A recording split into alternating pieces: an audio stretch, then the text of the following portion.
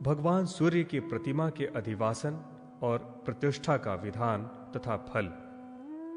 नारद जी बोले, सांब, अब मैं अधिवासन विधि कहता हूं। पवित्र भूमि को लीप कर 5 रंगों से चतुरस्र सुंदर मंडल की रचना करें। पताका, ध्वज, तोरण, छत्र, पुष्पमाला आदि से उसे अलंकृत कर मंडल में कुशा बिछाएं और सूर्य देव की मूर्ति स्थापित करें। भगवान सूर्य का आवाहन कर उन्हें अर्घ्य दें। मधुपर्क तथा वस्त्र, यज्ञोपवीत आदि से पूजन करें और अव्यंग्य अर्पण करें। जिस प्रकार देवताओं को पवित्रक अर्पण किया जाता है, वैसे ही प्रतिवर्ष श्रावण मास में नवीन अव्यंग की रचना कर सूर्य नारायण को समर्पित करना चाहिए। इनका यह पवित्रक है। नवीन अव्यंग के समर्पण के समय ब्राह्मणों को भोजन कराएं। भगवान की प्रतिमा को सुगंधित द्रव्यों से उपलिप्त कर पुष्पमाला चढ़ाएं तथा धूप आदि दिखाएं।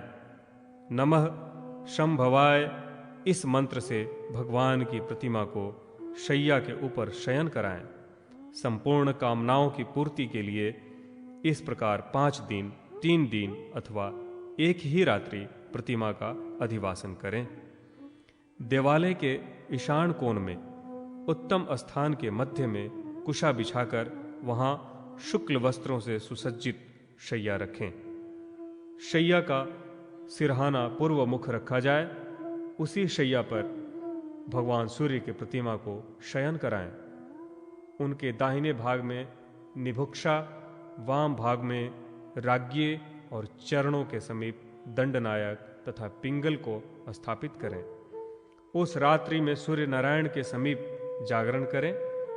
बंदी चारण से स्तुति, नृत्य, गीत आदि उत्सव कराएं।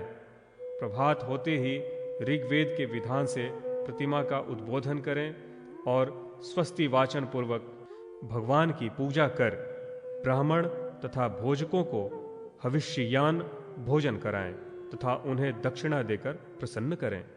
अनंतर मंदिर के गर्भगृह में पिंडिका के ऊपर 7 अश्वों से युक्त सुवर्ण का रथ स्थापित कर सूर्य नारायण को अर्घ्य देकर मंगल वाद्यों के साथ जलधारा गिराएं। फिर उत्तम मुहूर्त और स्थिर लग्न में प्रतिमा की स्थापना करें। प्रतिमा का मुख नीचे, ऊपर या अगल बगल तिरछा ना हो, वरन सीधा और सम रहे। भगवान सूर्य की प्रतिमा के दक्षिण भाग में और वाम भाग में क्रमशः निक्षुभा और राज्ञी की प्रतिमा स्थापित करें। अनंतर मोदक, शकुली, पायस, कृशर आदि से इंद्रादि 10 दिक्पालों का आवाहन तथा पूजन कर उन्हें बलि समर्पित करें। इसके अनंतर स्तुतियों तथा विविध उपचारों से सूर्य देव का पूजन कर ब्राह्मणों और भोजकों को भोजन कराएं और उन्हें दक्षिणा दें। इस प्रकार भक्तों द्वारा भक्ति पूर्वक प्रतिमा की स्थापना किए जाने पर वह उनकी सभी प्रकार कल्याण, मंगल और सुख समृद्धि की वृद्धि करती है और उसमें भगवान सूर्य का नित्य सानिध्य रहता है। सूर्य की स्थापना करने वाला व्यक्ति मोक्ष प्राप्त करता है और उसे 7 जन्मों तक आदि व्याधियां भी नहीं सताती। 3 दिनों तक प्रतिष्ठा के उत्सवों में सम्मिलित रहने वाला व्यक्ति सूर्य लोक को जाता है। सूर्य नारायण की प्रतिमा की स्थापना करने से 10 अश्वमेघ तथा 100 वाजपेय यज्ञों का फल प्राप्त होता है। मंदिर की ईंट जब तक चूर्ण नहीं हो जाती, तब तक मंदिर बनवाने वाला पुरुष स्वर्ग सुख भोगता है। सूर्य मंदिर के जीर्णोद्धार करने का पुण्य इससे भी अधिक है। जो पुरुष मंदिर का निर्माण कराकर प्राणियों की सृष्टि, स्थिति एवं प्रलय के हेतुभूत सूर्य श्रेष्ठ भगवान सूर्य की प्रतिमा स्थापित करता है, वह संसार के सब सुखों को भोग कर 100 कल्पों तक सूर्य लोक में निवास करता है। मंदिर में इतिहास पुराण का पाठ भी करना चाहिए। इसी प्रकार अन्य देवताओं की प्रतिमाओं का भी शय्याधिवास तथा उद्बोधन करें तथा शुभ मुहूर्त में उन प्रतिमाओं को यथास्थान पिंडिका पर स्थापित कर पूजन करें। ध्वजारोपण का विधान और फल। नारद जी बोले, सांब, अब मैं ब्रह्मा जी द्वारा वर्णित ध्वजारोपण की विधि बतलाता हूं। पूर्व काल में देवता और असुरों में जो भीषण युद्ध हुआ, उसमें देवताओं ने अपने अपने रथों पर जिन जिन चिन्हों की कल्पना की, वे ही उनके ध्वज कहलाए। उनका लक्षण इस प्रकार है: ध्वज का दंड सीधा, व्रण रहित और प्रसाद के व्यास के बराबर लंबा होना चाहिए, अथवा 4, 8, 10, 16 या 20 हाथ लंबा होना चाहिए। ध्वजा का दंड 20 हाथ से अधिक लंबा न हो और समपर्वों वाला हो। उसकी गोलाई 4 अंगुल होनी चाहिए। ध्वज के ऊपर देवता को सूचित करने वाला चिन्ह बनवाना चाहिए। भगवान विष्णु के ध्वज पर गरुड़, शिव जी की ध्वजा पर वृष, ब्रह्मा जी की ध्वजा पर पद्म, सूर्य देव की ध्वजा पर व्योम, सोम की पताका पर नर, बलदेव की पताका पर फाल सहित हल, कामदेव की पताका पर मकर ध्वज, इंद्र की ध्वजा पर हस्ती, दुर्गा की ध्वजा पर सिंह, उमा देवी की ध्वजा पर गोधा, रेवत की ध्वजा पर अश्व, वरुण की ध्वजा पर कश्यप, वायु की ध्वजा पर हरिण, अग्नि की ध्वजा पर मेष, गणपति की ध्वजा पर मूषक का तथा ब्रह्म ऋषियों की पताका पर कूश का चिन्ह बनाना चाहिए। जिस देवता का जो वाहन हो, वही ध्वजा पर भी अंकित रहता है। विष्णु की ध्वजा का दंड सोने का और पताका पीत वर्ण की होनी चाहिए। वह गरुड़ के समीप रखनी चाहिए। शिव जी का ध्वज दंड चांदी का और श्वेत वर्ण की पताका वृष के समीप स्थापित करें। ब्रह्मा का ध्वज दंड तांबे का और पद्म वर्ण की पताका कमल के समीप रखें। सूर्य नारायण का ध्वज दंड सुवर्ण का और व्योम के नीचे पंचरंगी पताका होनी चाहिए, जिसमें किंकणी लगी रहे एवं पुष्पमालाओं से संयुक्त हो। इंद्र का ध्वज दंड सोने का और हस्ती के समीप अनेक वर्ण की पताका होनी चाहिए। यम का ध्वज दंड लोहे का और महर्षि के समीप कृष्ण वर्ण की पताका रखनी चाहिए। कुबेर का ध्वज दंड मणिमय और मनुष्य पाद के समीप रक्त वर्ण की पताका रखें। बलदेव का ध्वज दंड चांदी का और ताल वृक्ष के नीचे श्वेत वर्ण की पताका रखनी चाहिए। कामदेव का ध्वज दंड त्रिलोह का और मकर के समीप रक्त वर्ण की पताका स्थापित करनी चाहिए। कार्तिकेय का ध्वज दंड त्रिलोह का और मयूर के समीप चित्रवर्ण की पताका एवं गणपति का ध्वज दंड ताम्र का तथा हस्तिदंत का एवं मूषक के समीप शुक्ल वर्ण की पताका और मातृकाओं के ध्वज दंड अनेक रूपों के तथा अनेक वर्णों की अनेक पताकाएं होनी चाहिए। रेवंत की पताका अश्व के समीप लाल वर्ण की, चामुंडा का ध्वज दंड लौह का और मुंडमाला के समीप नीले वर्ण की ध्वजा होनी चाहिए। गौरी का ध्वज दंड ताम्र का और इंद्रगोप के समान अतिशय रक्त वर्ण की ध्वजा होनी चाहिए। अग्नि का ध्वज दंड सुवर्ण का और मेष के समीप अनेक वर्ण की पताका होनी चाहिए। वायु का ध्वज दंड लौह का और हरिण के समीप कृष्ण वर्ण की पताका होनी चाहिए। भगवती का ध्वज दंड सर्वधातु में, उसके ऊपर सिंह के समीप 3 रंग की पताका होनी चाहिए। इस प्रकार ध्वजा का पहले निर्माण कर उसका अधिवासन करें। लक्षण के अनुसार वेदी का निर्माण करें। कलश की स्थापना कर सर्वौषधि जल से ध्वज को स्नान कराएं। देवी के मध्य में उसे खड़ा कर सभी उपचारों से उसकी पूजा करें और उसे पुष्पमाला पहनाएं। दिक्पालों को बलि देकर 1 रात तक अधिवासन करें। दूसरे दिन भोजन कराकर शुभ मुहूर्त में स्वस्ति वाचन आदि मंगल कृत्य संपन्न कर ध्वज को मंदिर के ऊपर आरूढ़ करें। ध्वजारोहण के समय अनेक प्रकार के वाद्यों को बजाएं। ब्राह्मणगण वेद ध्वनि करें। इस प्रकार देवालय पर ध्वजारोहण कराना चाहिए। ध्वजारोहण कराने वाले की संपत्ति की सदा वृद्धि होती रहती है और वह परम गति को प्राप्त करता है। ध्वज रहित मंदिर में असुर निवास करते हैं, अतः ध्वज रहित मंदिर नहीं रखना चाहिए। ध्वजारोहण के समय ध्वजारोहण मंत्रों को पढ़ना चाहिए। स्वच्छ दंड में पताका को प्रतिष्ठित करें तथा पताका का दर्शन करें। इस प्रकार भक्ति पूर्वक जो रवि का ध्वजारोपण करता है वह श्रेष्ठ भोगों को भोग कर सूर्यलोक को प्राप्त करता है।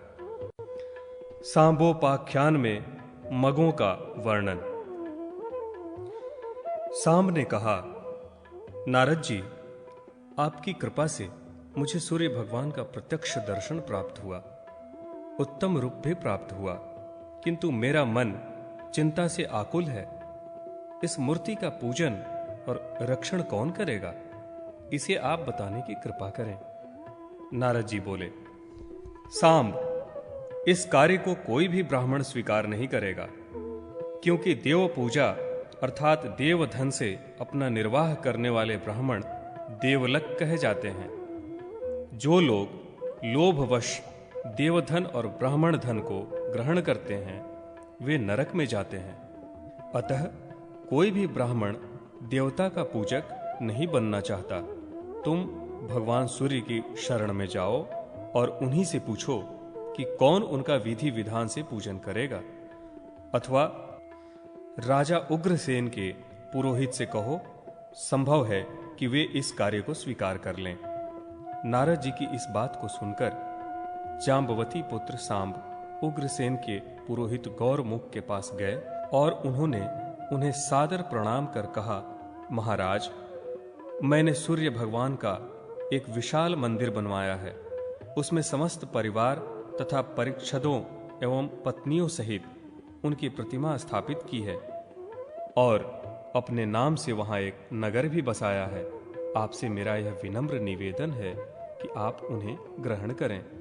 गौरमुख ने कहा, सांब, मैं ब्राह्मण हूं, आप राजा हैं। आपके द्वारा दिए गए इस प्रतिग्रह को लेने पर मेरा ब्राह्मणत्व नष्ट हो जाएगा। दान लेना ब्राह्मण का धर्म है, किंतु देव प्रतिग्रह ब्राह्मण को नहीं लेना चाहिए।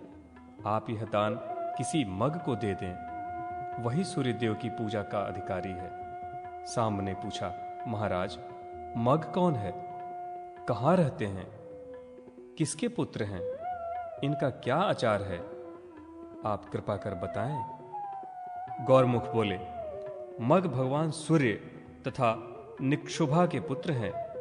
पूर्व जन्म में निक्षुभा महर्षि ऋग्जिह्व की अत्यंत सुंदर पुत्री थी। एक बार उससे अग्नि का उल्लंघन हो गया। फलस्वरूप भगवान सूर्य रुष्ट हो गए। बाद में अग्नि रूप भगवान सूर्य के द्वारा निक्षुभा का जो पुत्र हुआ वही मग कहलाया। भगवान सूर्य के वरदान से यही अग्निवंश में उत्पन्न अव्यंग्य को धारण करने वाले मग सूर्य के परम भक्त हुए और सूर्य की पूजा के लिए नियुक्त हुए। भगवान सूर्य की पूजा करने वाले मग शाप द्वीप में निवास करते हैं। आप भगवान सूर्य के पूजक के रूप में उन्हें प्राप्त करने के लिए शाक द्वीप जाएं। अनंतर सांब ने द्वारका जाकर अपने पिता भगवान श्री कृष्ण को सब समाचार सुनाया। फिर वे उनकी आज्ञा प्राप्त कर गरुड़ पर सवार होकर शीघ्र ही शाक द्वीप पहुंच गए। वहां जाकर उन्होंने अतिशय तेजस्वी महात्मा मगों को सूर्य भगवान की आराधना में संलग्न देखा। सांब ने उन्हें सादर प्रणाम कर उनकी प्रदक्षिणा की। सांब ने कहा, आप लोग धन्य हैं। आप सबका दर्शन सबके लिए कल्याणकारी है। आप लोग सदा भगवान सूर्य की आराधना में लगे हुए हैं। मैं भगवान श्री कृष्ण का पुत्र हूँ। मेरा नाम सांब है।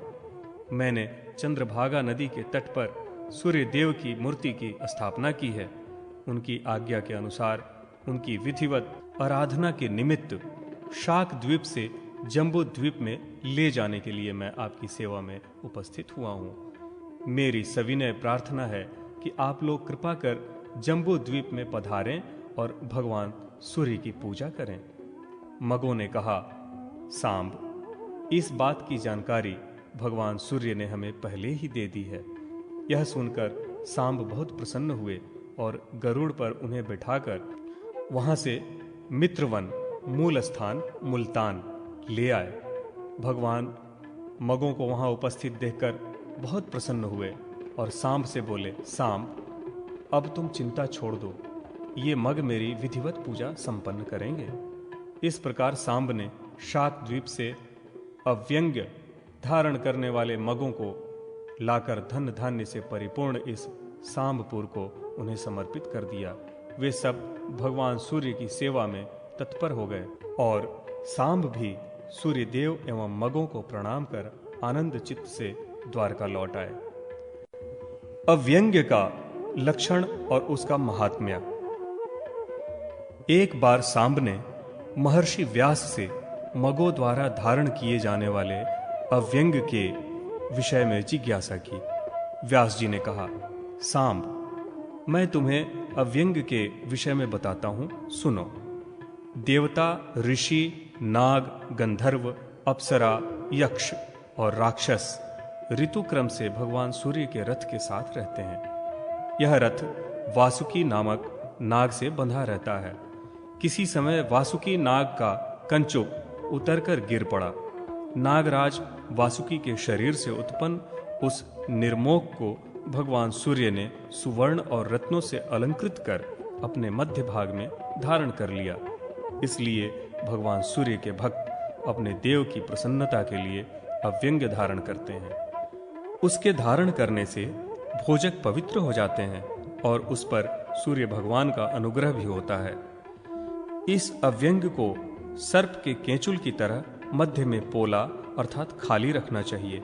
यह एक वर्ण का होना चाहिए। कपास के सूत से बना अव्यंग 200 अंगुल का उत्तम, 120 मध्यम और 108 अंगुल का कनिष्ठ होता है। अतः इससे छोटा नहीं होना चाहिए। यज्ञोपवीत की तरह 8वें वर्ष में अव्यंग धारण करना चाहिए। भोजकों के लिए यह मुख्य संस्कार है। इसके धारण करने से वह सभी क्रियाओं का अधिकारी होता है। यह अव्यंग सर्वदेवमय, सर्वलोकमय और सर्वभूतमय है। इसके मूल में विष्णु, मध्य में ब्रह्मा और अंत में शशांक मौली भगवान शिव निवास करते हैं। इसी तरह ऋग्वेद में, यजुर्वेद में, सामवेद में क्रमशः मूल, मध्य और अग्रभाग में रहते हैं। अथर्ववेद ग्रंथि में स्थित रहता है। पृथ्वी, जल, तेज, वायु, आकाश और भूरलोक, भूवरलोक तथा स्वरलोक आदि 7 लोक अव्यंग में निवास करते हैं। सूर्य भक्त भोजक को सभी समय अव्यंग धारण कर भगवान सूर्य की उपासना करनी चाहिए। सांबोपाख्यान में भगवान सूर्य को अर्घ्य प्रदान करने और धूप दिखाने की महिमा। सुमंतु मुनि बोले, राजन, इस प्रकार व्यास जी के द्वारा अव्यंग के विषय में जानकारी प्राप्त कर सांब नारद जी के पास वापस लौट आए और उन्होंने उनसे सब वृतांत बताकर पूछा, देवर्षे, भोजकों को भगवान सूर्य को स्नान, अर्घ्य, आचमन, धूप आदि किस प्रकार समर्पित करना चाहिए? इसका आप कृपा कर वर्णन करें। नारद जी बोले, सांब, संक्षेप में मैं यह विधि बता रहा हूं, सावधान होकर सुनो। सर्वप्रथम शौचादि से निवृत्त होकर आचमन पूर्वक नदी में या जलाशय में स्नान करना चाहिए। अनंतर स्वर्ण दान कर 3 बार आचमन करें। शुद्ध वस्त्र पहनकर पवित्री धारण कर पूर्वाभिमुख या उत्तराभिमुख हो आचमन करना चाहिए। तदंतर 2 बार मार्जन और 3 बार अभिक्षण करें। आचमन के बिना की गई क्रिया निष्फल होती है एवं इसके बिना पुरुष शुद्ध भी नहीं होता। वेद में कहा गया है कि देवता पवित्रता को ही चाहते हैं। आचमन करने के बाद मौन होकर देवालय में जाना चाहिए। आसन पर बैठकर प्राणायाम कर सिर को कपड़े से आच्छादित करें तथा विविध पुष्पों से सूर्य भगवान की पूजा करें। व्याहृत पूर्वक गायत्री मंत्र से गुगुल का धूप दें। फिर भगवान सूर्य के मस्तक पर पुष्पांजलि अर्पित करें। रक्तचंदन, पद्म, करवीर, कुमकुम आदि को जल में मिलाकर ताम्र के पात्र से भगवान सूर्य को अर्घ्य देना चाहिए। अर्घ्य पात्र को हाथ में उठाकर भगवान सूर्य का आवाहन करें तथा दोनों जानुओं पर बैठकर भगवान सूर्य का अपने हृदय में ध्यान करते हुए अर्घ्य प्रदान करें। तीनों काल स्नान कर इस प्रकार जो भगवान सूर्य की आराधना करता है और धूप देता है, वह अश्वमेध यज्ञ का फल प्राप्त करता है और उसे धन, पुत्र तथा आरोग्य की भी प्राप्ति हो जाती है एवं अंत में वह भगवान सूर्य में लीन हो जाता है। उत्तम पुष्पों के न मिलने पर पत्रों से ही पूजन करें, धूप ही दें या भक्ति पूर्वक जल ही सूर्य को समर्पित करें। यदि यह भी न हो सके तो प्रणाम ही करें। प्रणाम करने में असमर्थ हों तो मानसी पूजा करें। यह विधि द्रव्य के अभाव में करनी चाहिए। द्रव्य रहने पर विधि पूर्वक सभी सामग्रियों से पूजन करें। भक्ति पूर्वक सूर्य भगवान की पूजा देखने वाले को भी अश्वमेध यज्ञ का फल मिलता है और सूर्य लोक की प्राप्ति होती है। धूप दान के समय सूर्य का दर्शन करने पर उत्तम गति प्राप्त होती है। सूर्य मंडलस्थ पुरुष का वर्णन। सुमंतु मुनि बोले, राजन, एक बार व्यास जी शंख चक्र गदाधारी नारायण भगवान श्री कृष्ण के दर्शन के लिए द्वारका आए। महातेजस्वी श्री कृष्ण ने पाद्य, अर्घ्य, आचमन आदि से उनका पूजन कर आसन पर उन्हें बिठाया और प्रणाम कर सांब द्वारा लाए गए भोजकों की महिमा तथा उनकी सूर्य भक्ति के विषय में जिज्ञासा प्रकट की। भगवान वेदव्यास बोले, भोजक भगवान सूर्य के अनन्य उपासक हैं और अंत में ये भगवान सूर्य की दिव्य तेजस्वी कला में प्रविष्ट होते हैं। भगवान भास्कर की 3 कलाएं हैं। सूर्य नारायण की प्रथम कला अग्नि में स्थित है, उससे सभी कर्मों की सिद्धि होती है। दूसरी प्रकाशिका कला आकाश में स्थित है। तीसरी कला सूर्यमंडल में है। सविता देवी का यह मंडल अजर एवं अव्यय है। इस मंडल के मध्य में सदात्मक वह परमात्मा पुरुष रूप में स्थित है। वह पुरुष क्षर अक्षर रूप में है। इसको महासूर्य कहते हैं। इसके निष्कल और सकल 2 भेद हैं। तत्वों के साथ सभी भूतों में अवस्थित वह परमात्मा सकल कहा जाता है और तत्वहीन होने पर निष्कल। तृण, गुल्म, लता, वृक्ष, सिंह, वृक, हाथी, पक्षी, देवता, सिद्ध, मनुष्य, जल जंतु आदि सभी की अंतरात्मा में वह व्याप्त है। जब वह परमात्मा दूसरी कला में स्थित होता है तब वह वृष्टि आदि करता है।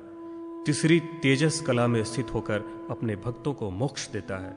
जिस मोक्ष पद को प्राप्त कर वह परम शांति प्राप्त करता है। वह परमात्मा ओंकार स्वरूप है। ओंकार की 3.5 मात्राएं हैं। इसमें अर्ध मात्रा मकार का जो ध्यान करता है उसको सदात्मक ज्ञान होता है। सूर्य नारायण का रूप मकार है। मकार का ध्यान करने से ही ये मग कहे जाते हैं। धूप, माल्य आदि से सूर्य नारायण का पूजन कर वे विविध पदार्थों का भोजन कराते हैं, अतः उनकी भोजक संज्ञा है। भगवान व्यास द्वारा योग ज्ञान का वर्णन। भगवान कृष्ण ने कहा, महामुने, कृपा कर आप भोजकों के सभी ज्ञानों की उपलब्धि का वर्णन करें। व्यास जी ने कहा, यह शरीर अस्थियों पर ही खड़ा है, स्नायुओं से बंधा, चमड़े से ढका एवं रक्त मांस से उपलिप्त है, मलमूत्र आदि दुर्गंध युक्त पदार्थों से भरा है। यह समस्त रोगों का घर है और इसमें वृद्धावस्था और शोक छिपे हैं, जो अपने अपने समय पर प्रकट होते रहते हैं। यह शरीर रजोगुण आदि गुणों से भरा है, अनित्य है और इसमें भूत संघों का आवास बना है, अतः इसमें आसक्ति का सर्वथा परित्याग कर देना चाहिए। वृक्षों के नीचे निवास करना, भोजन के लिए मिट्टी का भिक्षा पात्र रखना, साधारण वस्त्र पहनना और किसी से सहायता न लेना तथा सभी प्राणियों में समभाव रखना, यही जीवन मुक्त पुरुष के लक्षण हैं। जैसे तिल में तेल, गाय में दूध, काष्ठ में अग्नि स्थित है, वैसे ही परमात्मा समस्त प्राणियों में स्थित है। ऐसा समझकर उसकी प्राप्ति का उपाय करना चाहिए। प्रथमतन स्वभाव वाले तथा चंचल मन को प्रयत्न पूर्वक वश में कर बुद्धि और इंद्रियों को वैसे ही रोकना चाहिए जैसे पिंजरे में पक्षियों को रोका जाता है। इन संयत इंद्रियों के द्वारा इस शरीर को अमृत की धारा के समान तृप्ति होती है। प्राणायाम से शारीरिक दोष, धारणा से पूर्व जन्म मार्जित तथा वर्तमान तक के सभी पाप, प्रत्याहार से संसर्ग जनित दोष एवं ध्यान से जैविक दोषों का त्याग कर ईश्वरीय गुणों को प्राप्त करना चाहिए। जैसे आग के ताप में रखने से धातुओं के दोष दग्ध हो जाते हैं, वैसे ही प्राणायाम के द्वारा साधक के इंद्रिय जनित दोष दग्ध हो जाते हैं। जैसे एक हाथ से दूसरे हाथ को दबाया जाता है, वैसे ही अपनी शुद्ध बुद्धि के द्वारा मन को एवं चित्त को शुद्ध कर पवित्र भावनाओं के द्वारा दुर्व्यसनों को शांत कर मन बुद्धि को अत्यंत पवित्र कर लेना चाहिए। अतः चित्त की शुद्धि के लिए प्रयास करना चाहिए। चित्त की शुद्धि होने से शुभ और अशुभ कर्मों का ज्ञान होता है। शुभ और अशुभ कर्मों से छुटकारा प्राप्त कर साधक निर्द्वंद, निर्मम, निष्परिग्रह और निरहंकार होकर मोक्ष की प्राप्ति कर लेता है। सूर्य का पूर्वाहन में रक्तवर्ण ऋग्वेद स्वरूप तथा राज स्वरूप होता है। मध्याह्न में शुक्ल वर्ण यजुर्वेद स्वरूप एवं सात्विक रूप होता है। सायंकाल में कृष्ण वर्ण सामवेद स्वरूप तथा तामस रूप होता है। इन तीनों से भिन्न ज्योति स्वरूप, सूक्ष्म और निरंजन स्वरूप चतुर्थ स्वरूप है। पद्मासन में बैठकर सुषुम्ना नाड़ी मार्ग में चित्त को स्थिर कर प्रणव से पूरक कुंभक और रेचक रूप प्राणायाम कर पैर के अंगूठे के अग्रभाग से लेकर मस्तक पर्यंत न्यास करें। नाभि में अग्नि का, हृदय में चंद्रमा का और मस्तक में अग्निशिखा का न्यास करना चाहिए। इन सबसे ऊपर सूर्यमंडल का न्यास करें। यह चतुर्थ स्थान है। इस स्थान को मोक्ष की इच्छा रखने वाले पुरुषों को अवश्य जानना चाहिए। ऋषिगण सूर्य भगवान की इसी तुरीय स्थान में मन को लीन कर मुक्त हो जाते हैं। मग भी इसी स्थान का ध्यान कर मोक्ष के भागी होते हैं। इस ज्ञान को सुनाकर भगवान वेदव्यास बद्रिकाश्रम की ओर चले गए। उत्तम एवं अधम भोजकों के लक्षण। राजा शतानिक ने पूछा, मुने, भगवान सूर्य की पूजा करने वाले भोजक दिव्य, उनसे उत्पन्न एवं उन्हें अत्यंत प्रिय हैं, इसलिए वे पूज्य हुए, किंतु वे अभोज्य कैसे कहलाते हैं? इस विषय में आप बतलाएं। सुमंतु मुनि ने कहा, राजन, मैं इस विषय में भगवान वासुदेव तथा कृतवर्मा के द्वारा हुए संवाद को अत्यंत संक्षेप में बतला रहा हूं। किसी समय नारद और पर्वत, ये दोनों मुनि सांबपुर गए। वहां उन्होंने भोजकों के यहां भोजन किया। अनंतर वे दोनों विमान पर आरूढ़ हो द्वारिकापुरी आ गए। उनके विषय में कृतवर्मा को शंका हुई कि सूर्य के पूजक होने से भोजकों का अन्न अग्राह्य है। फिर नारद तथा पर्वत, इन दोनों ने उनका अन्न कैसे ग्रहण किया? इस पर वासुदेव ने कृतवर्मा से कहा, जो भोजक अव्यंग धारण नहीं करते और बिना अव्यंग के तथा बिना स्नान किए भगवान सूर्य की पूजा करते हैं और शूद्र का अन्न ग्रहण करते हैं तथा निर्वाचा का परित्याग कर कृषि कार्य करते हैं, जिनके जातक कर्मादि संस्कार नहीं हुए हैं, शंख धारण नहीं करते, मुंडित नहीं रहते, वे भोजकों में अधम हैं। ऐसे भोजक द्वारा किए गए देवार्चन, हवन, स्नान, तर्पण, दान तथा ब्राह्मण भोजन आदि सत्कर्म भी निष्फल हो जाते हैं। इसी से अशुच होने के कारण वे अभोज्य कहे जाते हैं। भगवान सूर्य के नैवेद्य, निर्माल्य, कुमकुम आदि शूद्रों के हाथ बेचने वाले, भगवान सूर्य के धन को अपहृत करने वाले भोजक उन्हें प्रिय नहीं हैं तथा वे भोजकों में अधम हैं। जो भोजक भगवान को भोग लगाए बिना भोजन कर लेते हैं, उनका वह भोजन उन्हें नरक प्राप्त कराने वाला बन जाता है। अतः भगवान सूर्य को अर्पण करके ही नैवेद्य भक्षण करना चाहिए। इससे शरीर की शुद्धि होती है। वासुदेव ने पुनः बतलाया, कृतवर्मन, भोजकों की प्रियता के विषय में भगवान सूर्य ने अरुण को जो बतलाया उसे आप सुने। जो भोजक पर स्त्री तथा पर धन का हरण करते हैं, देवताओं तथा वेदों के निंदक हैं, वे मुझे अप्रिय हैं। उनके द्वारा की गई पूजा तथा प्रदान किए गए अर्घ्य को मैं ग्रहण नहीं करता। जो भगवती महाश्वेता का यजन नहीं करते एवं सूर्य मुद्राओं को नहीं जानते तथा मेरे पार्षदों का नाम नहीं जानते, वे मेरी पूजा करने के अधिकारी नहीं हैं और न मेरे प्रिय हैं।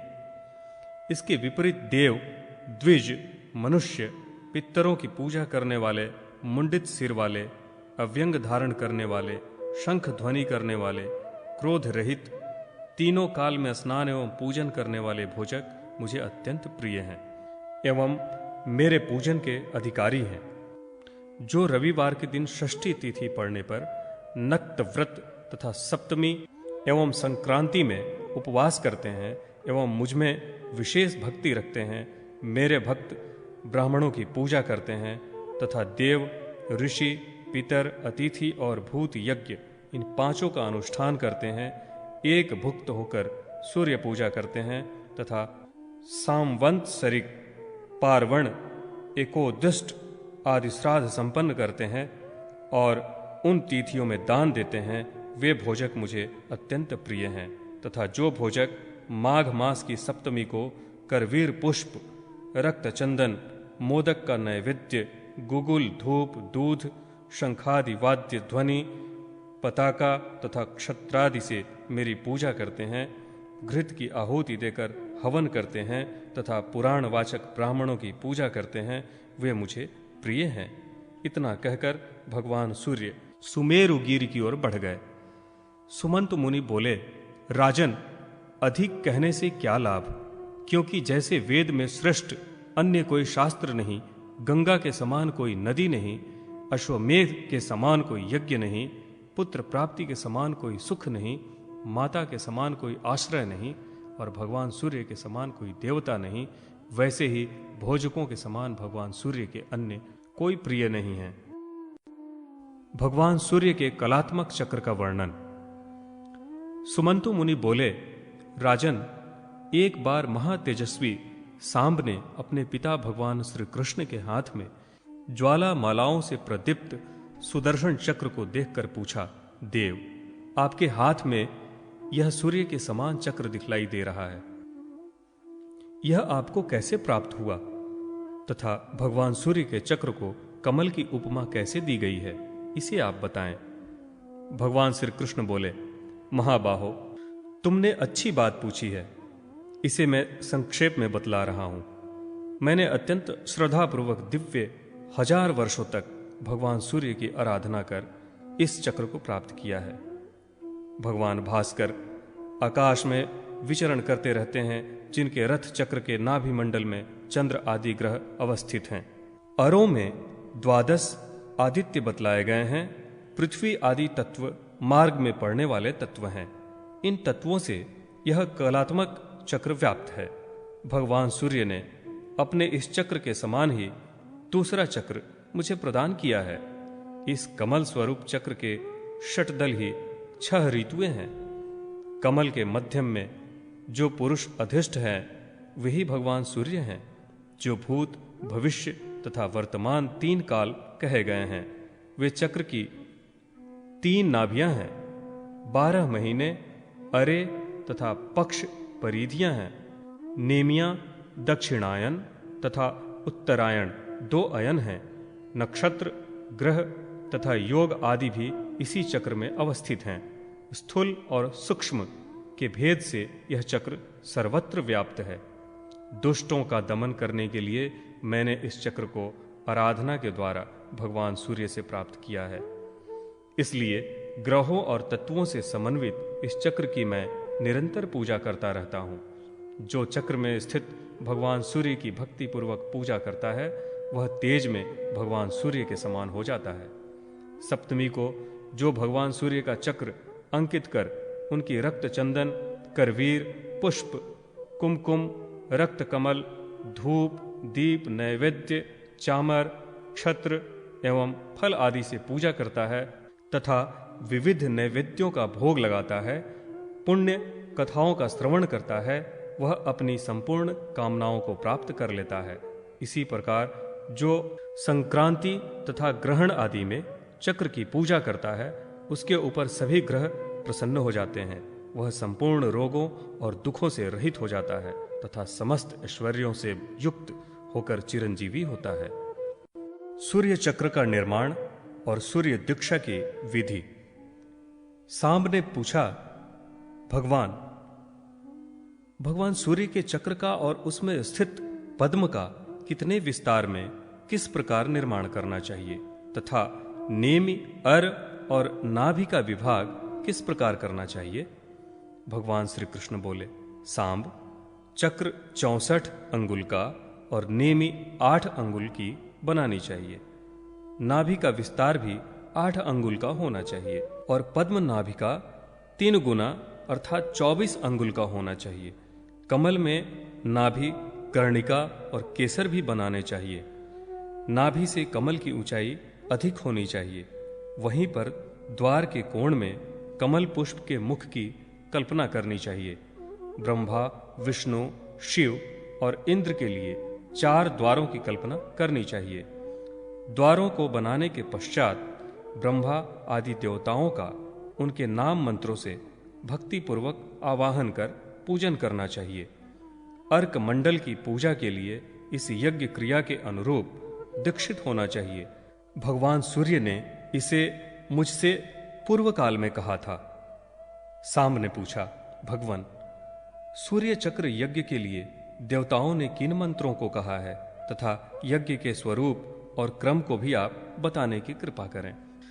भगवान श्री कृष्ण बोले, सौम्य, सूर्य नारायण के चक्र में कमल बनाकर पूर्व की भांति हृदय में स्थित भगवान सूर्य का खखोल्क नाम से कमल की कर्णिका दलों में नाम मंत्र पूर्वक चतुर्थयंत विभक्ति और क्रिया लगाते हुए नमः लगाकर अंगन्यास एवं हृदय आदि न्यास तथा पूजन करना चाहिए।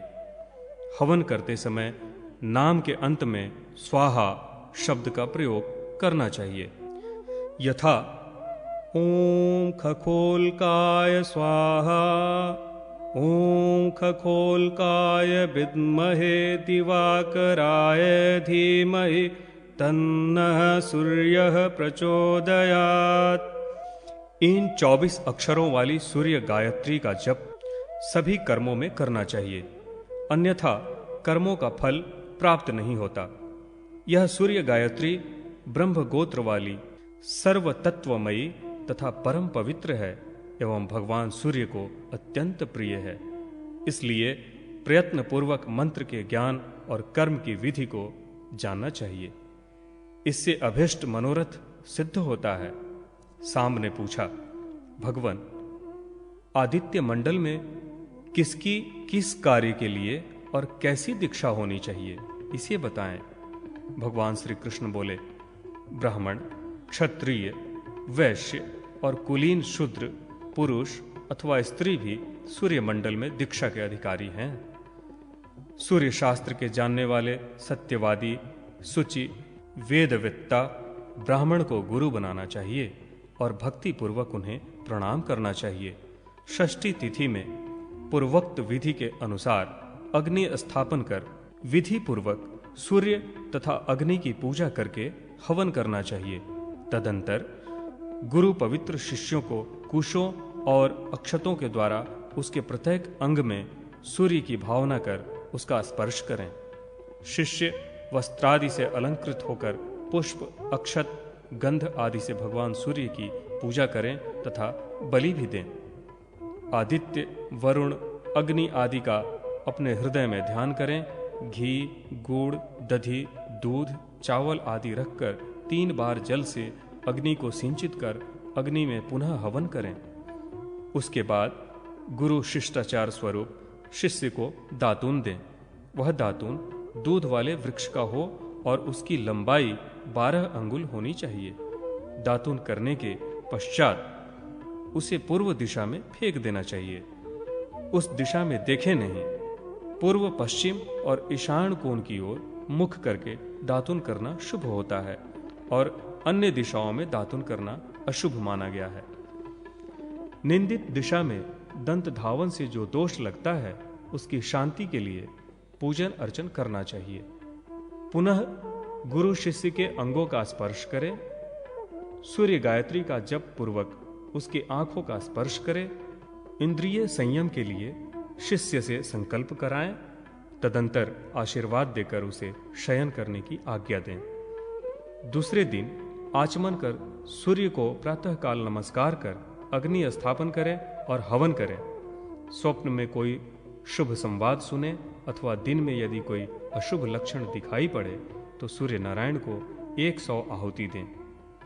स्वप्न में यदि देव मंदिर, अग्नि, नदी, सुंदर उद्यान, उपवन, पत्र, पुष्प, फल, कमल, चांदी आदि और वेदवित्ता ब्राह्मण, शौर्य संपन्न राजा, धनाढ़ क्षत्रिय, सेवा में संलग्न कुलीन, शूद्र, तत्व को जानने वाला, सुंदर भाषण देने वाला अथवा उत्तम वाहन पर सवार, वस्त्र, रत्न आदि की प्राप्ति, वाहन, गाय, धान्य आदि उपकरण अथवा समृद्धि की प्राप्ति आदि स्वप्न में दिखाई दे तो उस स्वप्न को शुभ मानना चाहिए।